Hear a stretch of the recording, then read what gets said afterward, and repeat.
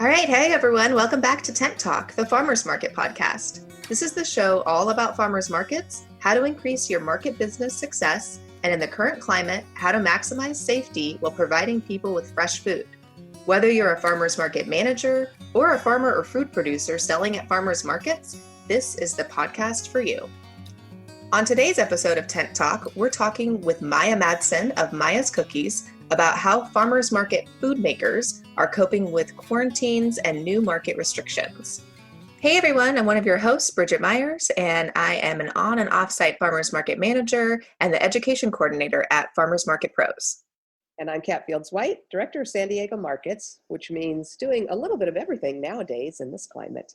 Still an active farmers market manager, founder of Farmers Market Pros, and host of the Farmers Market Pros community. And I'm Justine Marzoni-Mead, co-host, Tent Talk producer, triage info booth woman at the San Diego Markets info booth. Emergency handler. All right, Yes. Everyone, welcome back to Tent Talk. We're talking a lot lately about the current public health emergency and all the changes that come with it.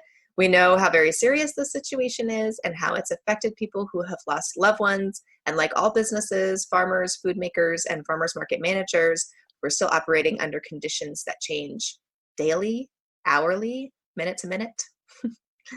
Yeah, with many shelter orders around the country specifically identifying farmers markets as essential, but many other individual states, counties, and cities interpreting that in different ways, a lot of farmers markets found their permits suspended in the last 6 to 8 weeks.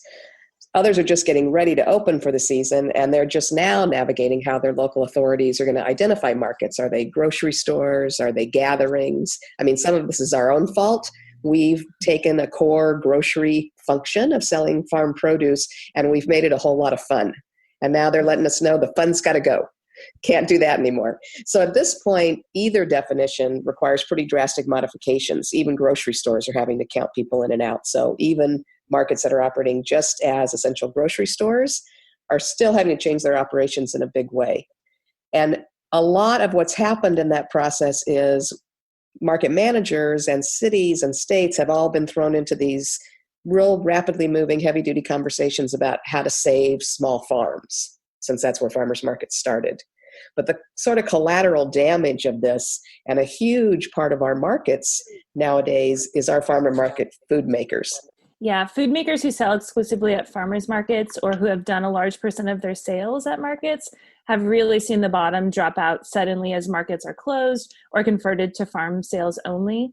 I've had that experience as Dave and I sell hot sauce at the markets, usually at least twice a week, and we haven't been in markets for almost a month and a half now. So today we're going to talk with cookie lady Maya Madsen, and she is going to tell us about what she's been up to since markets have drastically restricted to farms only or only essential grocery items. So welcome, Maya. Thanks for joining us again. It's been maybe like 80 episodes since we've had you on, so we're happy to have you back. She was one of our original guests, Maya Madsen. She is the founder and chief cookie baker of Maya's Cookies. And Maya's Cookies, as she told us 80 episodes ago, is the Qualcomm of cookies.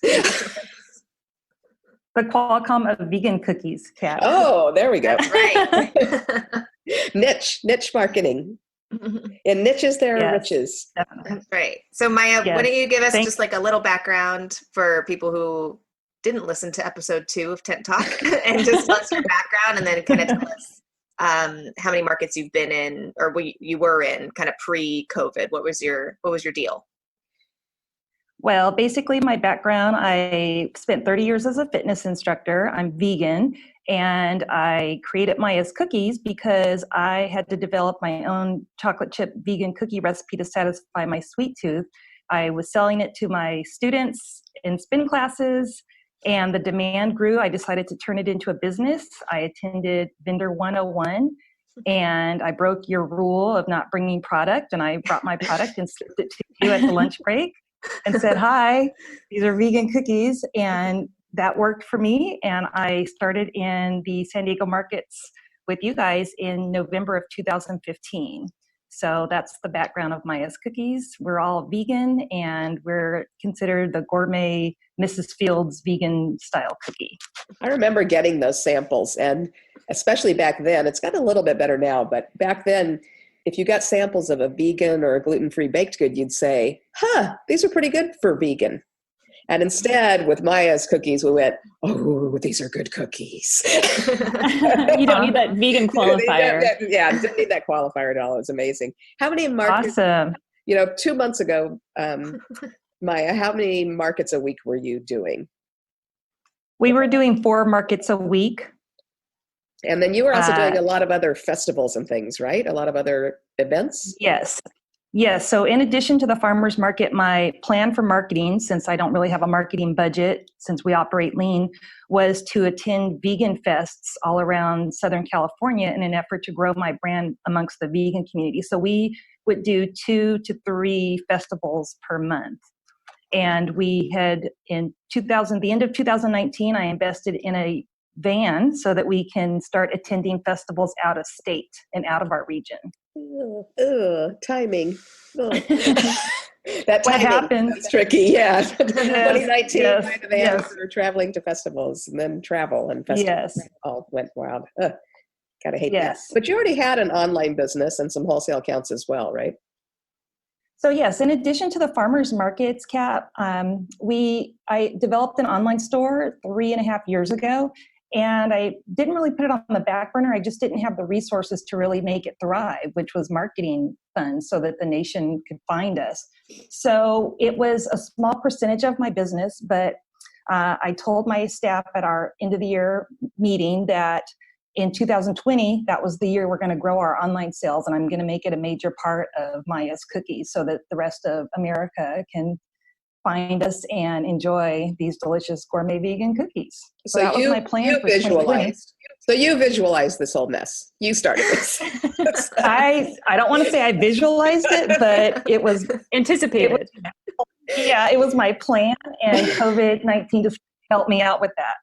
Oh boy. Kind of like us with dogs at the market. We keep looking for a silver lining, So we finally don't have dogs. Amazing. Yes. Turn my business into a major click and mortar, I guess you can say. Ooh, click and mortar. I haven't heard that before. That's a great term. So the markets and events obviously have gone away. Are you in any markets now? No, we are not in any markets at the moment. And then you have a reasonable amount of wholesale business, right? And how's that been affected? So my wholesale business completely dried up. And the wholesale for me isn't a big profit builder. So, I was actually okay with that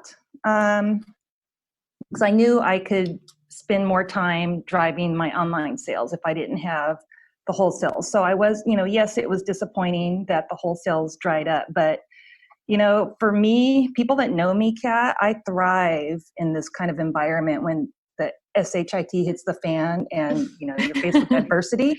This is when I shine. So I was, my staff, when all of this started happening, they were really scared and concerned. And I said, you guys, you don't know me very well. This is when I'm like the playoffs for me. This is the playoffs. We made it to the playoffs. COVID-19 is my competitor, and this is the finals. We made it, and I thrive in this. So I was on cloud 9, actually. I'm like, okay, we got this. And that's when I start to, my wheels start spinning, and my motto is figure it out. Put your big girl pants on and figure it out. That's my motto in life. And I took some time to reflect and came up with how we were going to get through this. And it seems to be working for us so far. Awesome. Wow, I think you're the only person putting on pants right now. I wouldn't say that. Yeah, it's all about the waist. That's funny. These days. The Zoom thing. Yeah, my motto is just put on your pants. That's it. That's all I can do. Everybody's resolution when this gets a little bit more normal. So, and you know what? I had a little bit of the same reaction. Not that I was loving it, but I do sort of thrive in capturing chaos and figuring out solutions and things. So it was just a little adrenaline there. I wouldn't say fun, but a little exciting to try and get farmers markets back in the street. So what's your current business model, Maya? So my current business model is our click and mortar, like I said. Right. And I had a strategic way of going about building that. And, when all of this happened and I reflected and figured out what we were going to do to win this in our finals, as you could call it, I decided to, since we don't really have a marketing budget, I decided to send out cookie boxes to customers that I knew had a lot of followers or who are semi-celebrities, people that I thought could possibly help us out. And I want to also say that I feel like this is when being a responsible vendor who takes care of your business and is professional and treats others with respect, this is when it all comes back into play because other people are willing to help you. So, I lost a lot of money in festival fees. We had 7 festivals lined up for March, and we were going to be in the biggest vegan fest in all of California on March 21st with the biggest festival fees, by the way.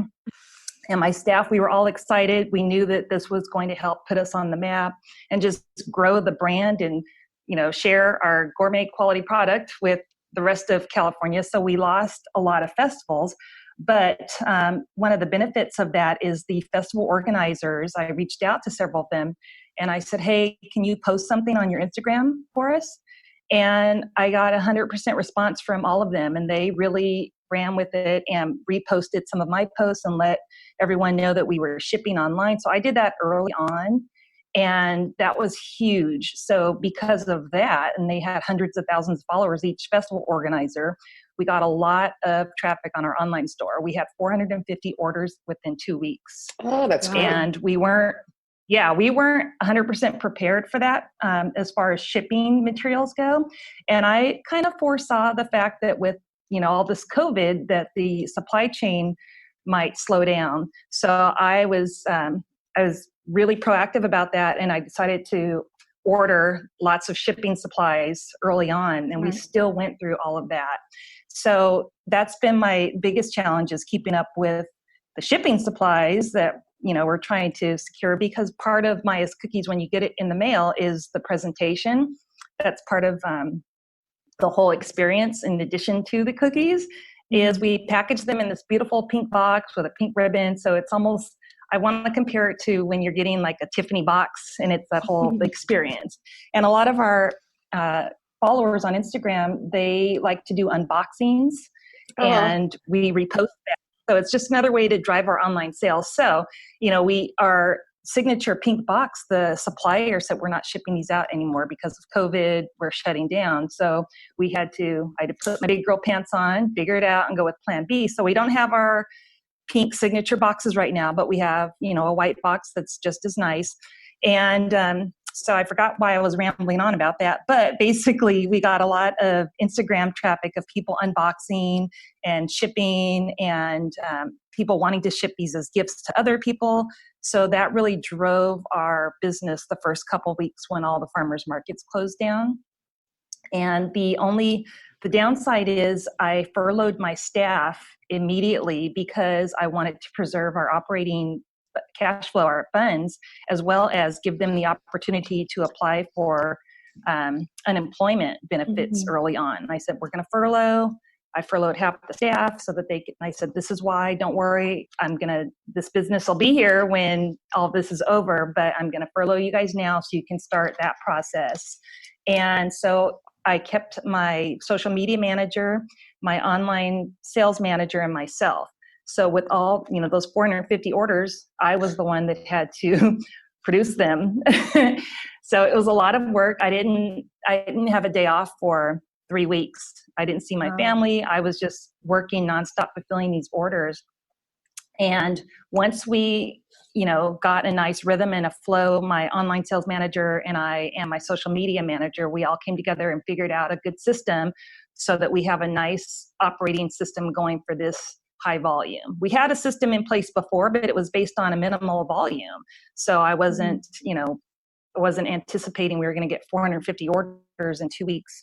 So we have a nice system going now. We all communicate, and it's great. So it's been fun shipping our orders all over the United States and all over the globe. We bought a big map to hang on the wall because we couldn't believe how far and wide these cookies were being shipped. And it's been fun pinning the map. Every time we get an order from a different city, we pin the map. So that's really fun. That is awesome. Can you share a little bit about how you're shipping? I know a lot of small food makers that maybe didn't do a lot of online sales before are maybe in a similar boat. And I know personally shipping hot sauce took me like 2 years to figure out how to do it without things breaking or, who has the cheapest rates. And could you just share a little bit about how, like, what you ship and what type of packaging you use and how you kind of navigate that sending your cookies through the mail? Awesome. Yes. So, like I said, we started our online store about 3.5 years ago. So I've made a lot of mistakes since then, but we finally this past year have it down packed, I think. And that's why I said we're going to grow our online sales in 2020. So basically, we have a Shopify online store, our website. And through Shopify, we have our shipping. We use USPS as well as UPS. So they have, since they're so big, they have a discounted shipping rate. So it's a little cheaper than what you would pay if you were to go in on your own and ship through UPS. So through their power, we have those shipping rates. So with our cookies, we individually seal each cookie. And before, I still half the time don't know what I'm doing. I'm learning as I go. So again, I went from fitness to a cookie maker.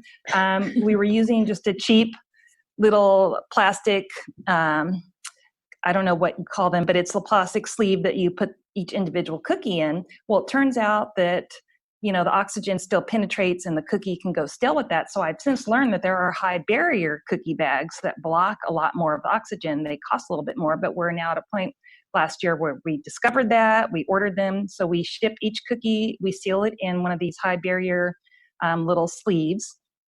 And from there, we package them, depending on what the customer orders, we package them in our signature gift box. And we put that signature gift box in a box and ship it off. We put our signature logo tape around the outside of the box being shipped. And that's, we've had a lot of Instagram followers post that because it's exciting when you open your door and there's a box and it says like, Maya's it's cookies. Yeah, I can't even tell you how many people send us their TikToks and all their videos and their posts of getting that box at their front door. It's exciting. It's fun. Cookies make people happy. So that's basically what we do. So my online manager and I work together. I do all of the baking and I put them in the sleeves and seal them. And then she manages all of the incoming orders, the fulfillment, because each order, is a little bit different and they might have a note that goes with it or special instructions. So she's really detail oriented and good about that. Every now and then there's like an oopsie or something that happens with the order, and that's our customer service is huge to us in addition to quality product. So if there is an issue ever, we immediately address it. We immediately talk to the customer and make it right. And, I tell Shelly, my online manager, all the time, because she's like bad cop, I'm good cop.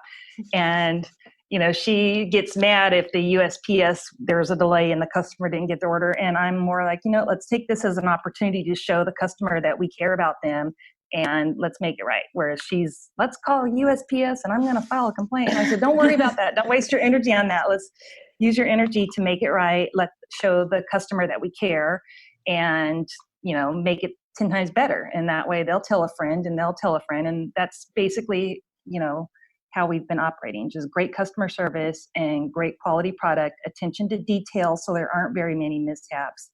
And it's a fun experience to get a box of cookies. Awesome. Is it still just the three of you, Maya? Yeah. Is there, at what point do you think would you bring back other employees, or have you talked to other employees about coming back to work and they don't want to? We've had a little bit of that happen. Yes, we're all in communication, and I basically told them that I don't want them to come back for safety reasons. I would rather them shelter in place. And Shelly and I are the only two that, my online sales manager, that come into the facility. And I'd like to keep it that way so that everyone else stays safe, so that we can get through this stupid COVID faster. So I made that decision to do everything myself, even though our online sales are growing, simply so that we can get through this and be safe. Well, I know your family works with you at the market sometimes. Do you have them in the kitchen at all? No, my younger son, he comes and works during holiday. He's in Milwaukee or was in Milwaukee for college. So he works during summer breaks. He's my summer intern and holiday breaks. So no, he's doing his online college right now at home. So he can't help me. And my middle son works full-time elsewhere. And my husband works from home. So no one's available to help me, which is probably fine because sometimes having them in there slows the process down because they're eating all the breaks. Yeah, they eat the cookies. So I work faster without them. They're going to listen to this. Right. Have you applied for PPE or any of the loans or grants or anything? Catt, I haven't. And I've been not pressured, but so many people have said, ooh, look, you should apply for this. You should do this. You should do that. And I said to my husband, I don't want to for several reasons, and I don't really need to right now. And, I missed the boat the first time around, which I was fine with that because we're operating okay. I operate lean, and I came into this prepared for not knowing COVID was going to happen, but I'm very conservative with my financials. As you know, I keep very good records. And so I did have operating, and I do have operating funds. And I'm constantly crunching numbers. So I said, as long as I'm fine and I can take care of this business, I don't want to take from someone that might need it more than my business. That was one of my major reasons. And I asked my husband, I said, why does everyone keep pressuring me to apply for this? Like, what's going on? Am I not right? Am I thinking? And he said, I think people just are looking out for you and they want to help you. And I said, okay, because I was questioning. I'm like, everyone keeps texting me and sending me emails and telling me to apply for this, but I'm not feeling that, I want to right now. And maybe, that's a bad decision on my part, but like I said, I'd rather let those funds be for some businesses that need it more than I do. Yeah, I didn't know they were going to be giving millions of dollars to these big corporations, but I wasn't too happy about that. But yeah, I'm going to try to do my best to keep us in the green and not have to use my reserves. And as long as I can do that, I'd rather not get the government involved in my business and let those funds be used for another business. Yeah, I'm with you on that. I've had that same experience where people keep saying, are you applying for this? Are you applying for that? And it's like, number one, I don't have that extra bandwidth to deal with loan applications and all that. I'm trying to get the business going. Right. And I don't think you can borrow your way out of trouble when you're in financial trouble. Debt isn't necessarily a good thing. And theoretically, some of it will be forgiven if you bring your employees back and things. But you know how that goes. That's theoretically. Right. And yeah, I've had the same feeling as you, so I've been interested to hear what other people are doing with their businesses as well. So you also rent commercial kitchen space out to other vendors. How have your tenants been affected, and are they still using your kitchen? Are any of them still in business and using that part of the time? Yes, so exactly this time last year, I did open my own commercial kitchen facility, and I do have tenants.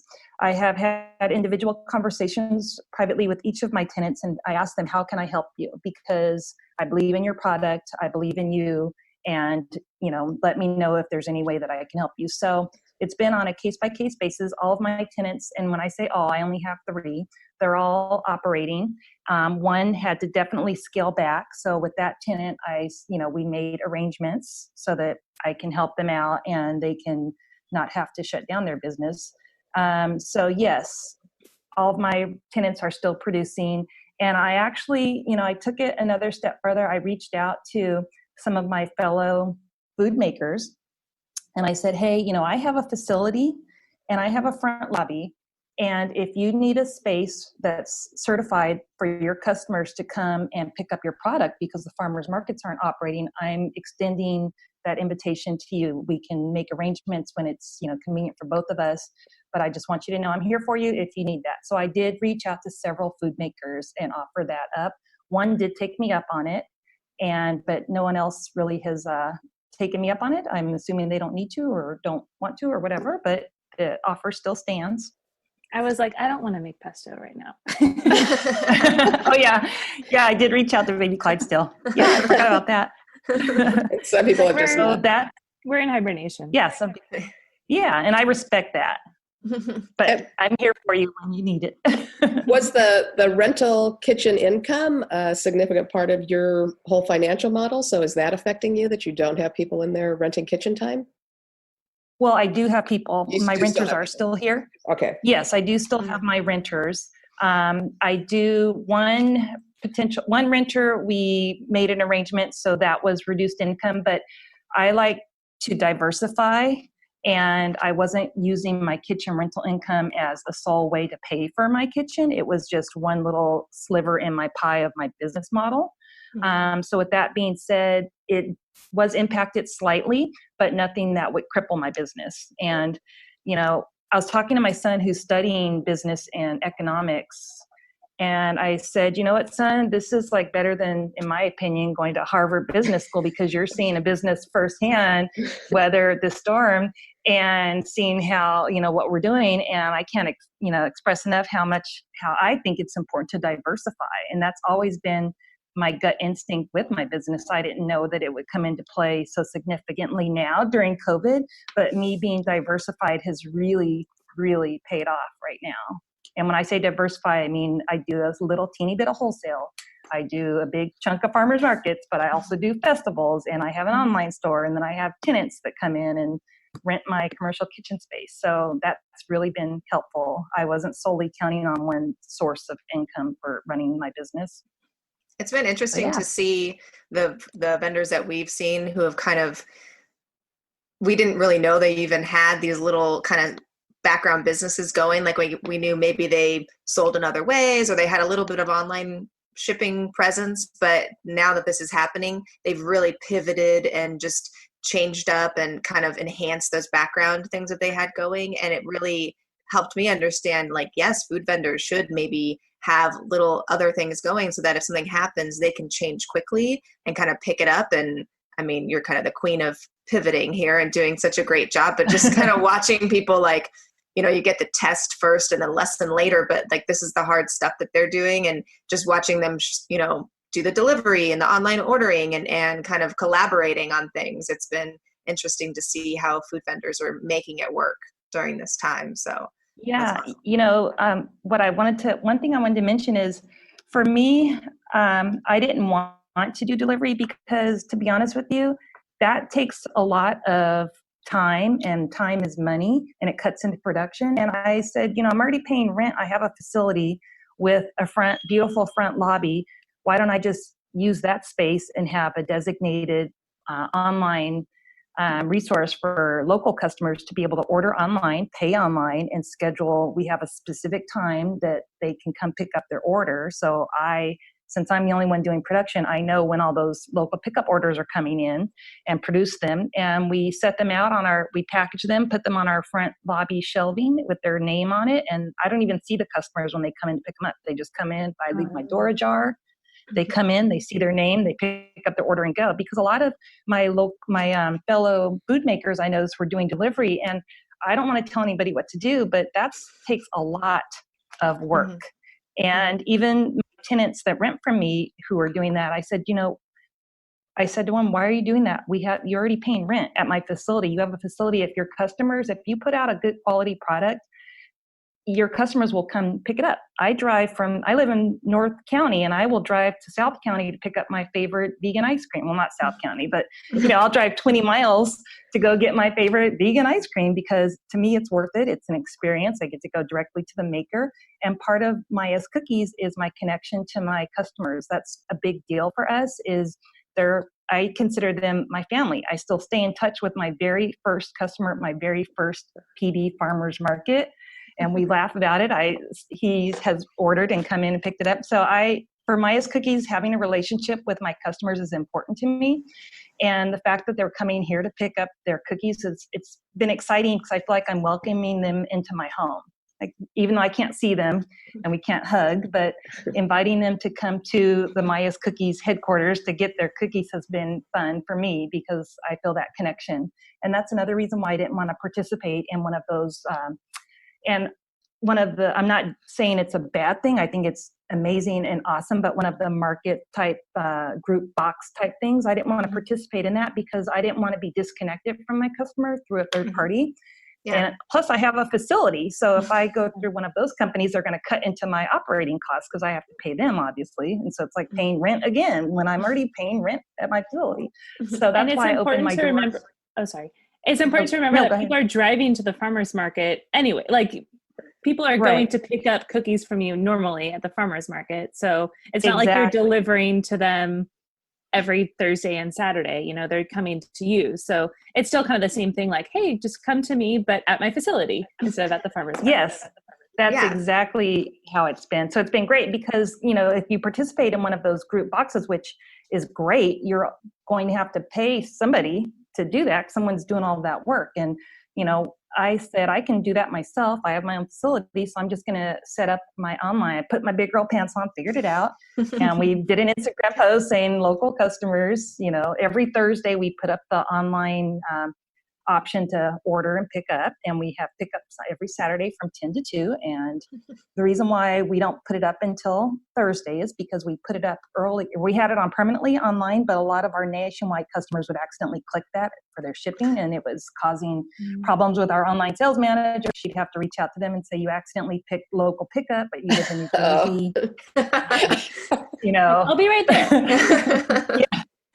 So we switched and we put it up every Thursday, and we put a post on our Instagram stories saying online pickup sales options are now available online, and, or, you know, and yeah, it's been great. And it's, like I said, I love being connected to my customers, and with a third party group, I don't necessarily know everyone that's, you know, in that group, and I don't know who's putting it on necessarily. And I have high standards of how I run my business, and just in general, I have high standards for, you know, environmental reasons and all that other good stuff. So I just want to make sure that I'm partnered with someone who's on the same page as me, and so I partner with myself. There you go. Okay. I like that you brought that up, because we've had so many consumers who, when we say, oh, we can't have farmers markets right now, or, oh, we have this tiny little modified market because the city makes us spread people 15 feet apart and we only have 2 blocks and we're only allowed to have farms. And they say, well, why don't you just box up all the other products and deliver them to us? And they don't seem to be able to wrap their heads around how much work that would be. And so that we would have to charge everybody involved to do that. And the whole point of farmers markets, the whole thing that we push all year, year after year, is buy directly from the producer so they get to keep the retail price. So that would be absolutely the opposite, the antithesis of what we typically promote, to have to go get everybody's stuff, pay people to box it, pay people to deliver it. Obviously, there's a cost involved, and they don't seem to get that. It's like, well, why don't you just throw it in a box and deliver it to me? It's, and trying to control the quality of everyone else's product. Like you were saying with the cookies, like cookies go stale. So if I'm a market manager and I'm putting a box together, I'm not a cookie expert.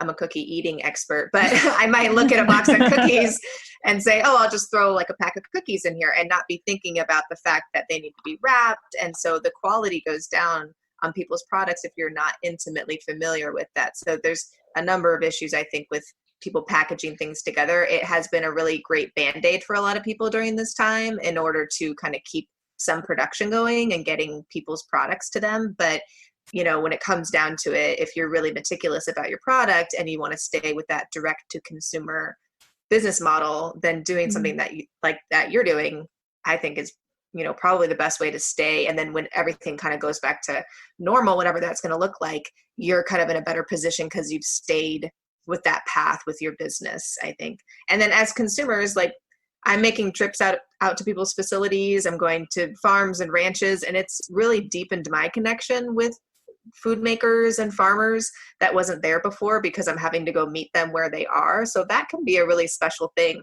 And some people who are at home a lot more than they used to be are probably looking for a nice, safe way to get out of the house once in a while, take a drive.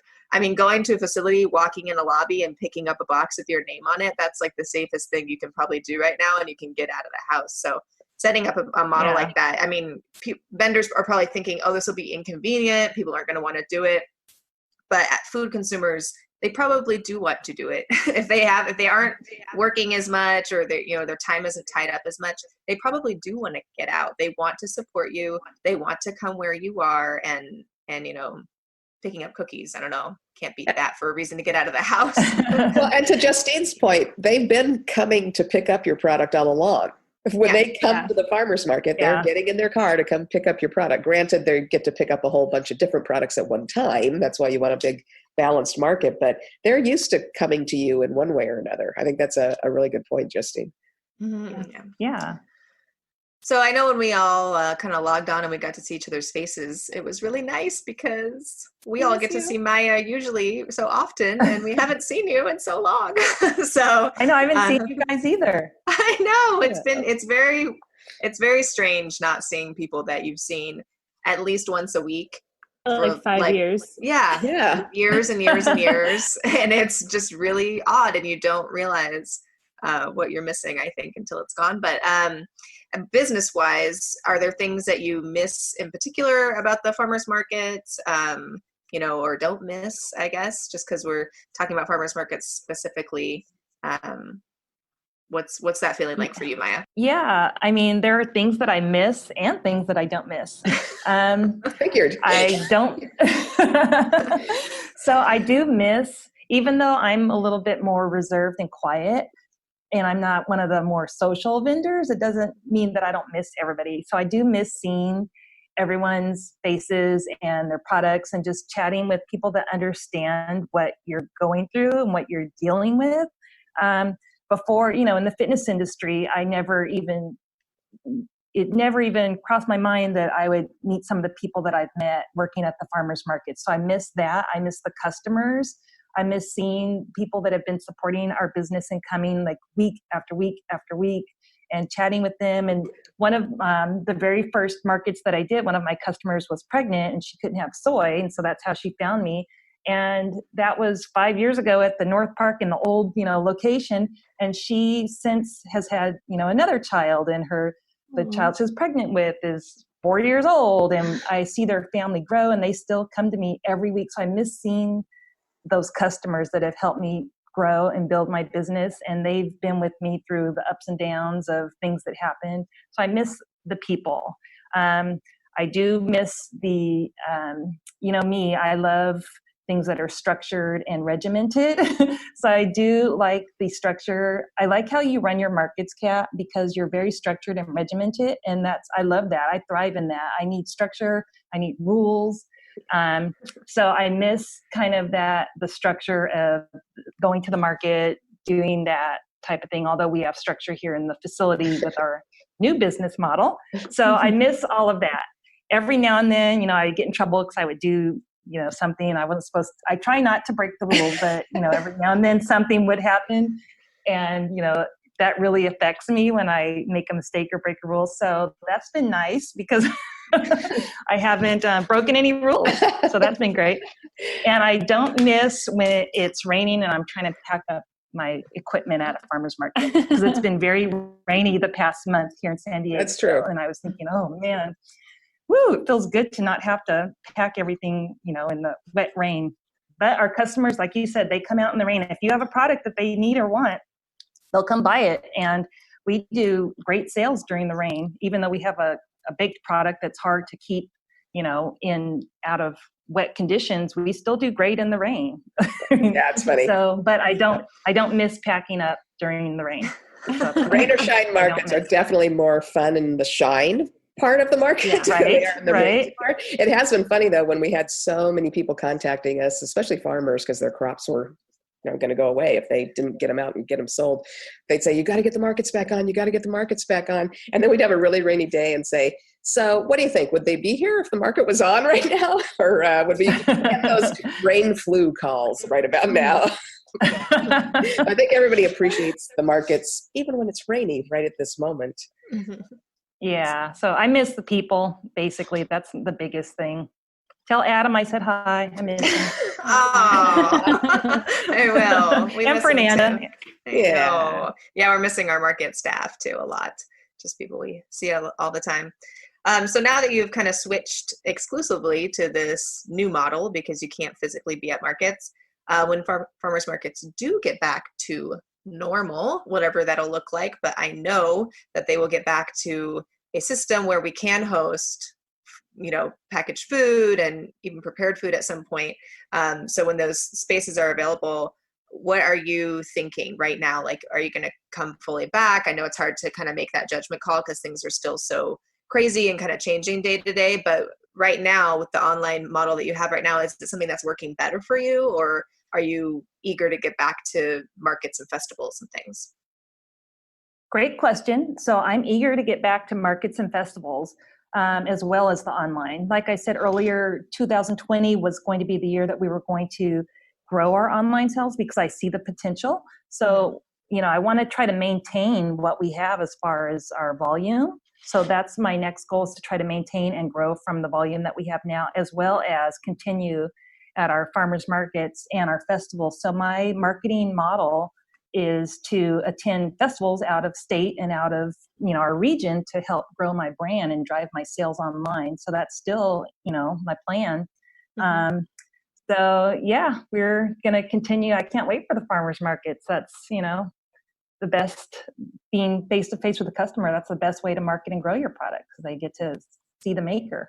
Yeah, that is the feedback I think we're hearing from a lot of vendors that are making it work during this time, but they're saying, we got to get back to the markets. That's, just a really important division of our business, and I don't think they're just saying that to me because I'm a market manager, but just saying it's the best marketing tool. When you have to do kind of individual one-on-one sales and one-on-one marketing, it doesn't compare to coming to one sensor location and having people come to you. So, both things being very important, and I'm excited for you to be at the markets and your online business going too. Yeah, and I think as a fellow food maker, there is kind of this, I don't know, doing online sales does seem attractive in a lot of ways, because you're like, oh, I can just ship it out in batches, and it's not as much like work as like showing up and setting up your booth and like doing all of the on-site things. But then I think moments like this make you realize like, wow, I really do love connecting with those customers. And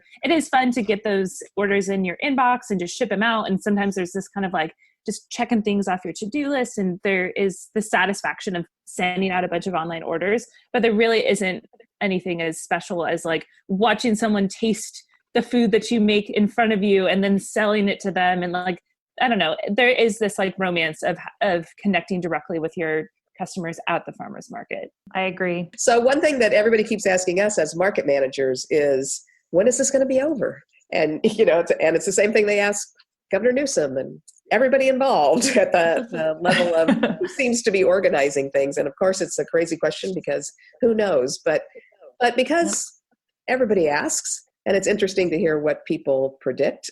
What do you think is going to happen next? When do you think things will change a little bit? And what do you expect the rest of your year to look like? Well, I've thought about this. And what I think, in my opinion, is that everything will start to gradually open up again, as well as our markets. And I think the consumers will start to gradually follow as well, because you're still going to have some consumers that aren't going to be comfortable out socializing. So I'm predicting September, and I'm preparing for September to be fully back operational. And to be honest with you, that's fine with me. I mean, we are in a tourist city, so a lot of our sales do happen in the summertime, but I like to err on the side of being conservative with my health and the health of others. So I'm saying September. I know that's not the popular opinion, but that's my opinion. I just had almost exactly that same conversation. And I asked some people around me, trusted folks, I said, what do I tell this person who keeps asking? And this is a crafter, actually. Our artists and crafters are completely off the map on this, because the chances of the city and state letting them back into markets anytime soon is highly unlikely. And they keep saying, when's this going to happen? And I keep kind of touching base with my trusted advisors and saying, do I tell them what I honestly think the truth is and break their hearts, and let them prepare and develop other methods? Or do I encourage them and say, well, maybe in a month or two? But I honestly believe with you that for food, I think we won't be fully back until around September.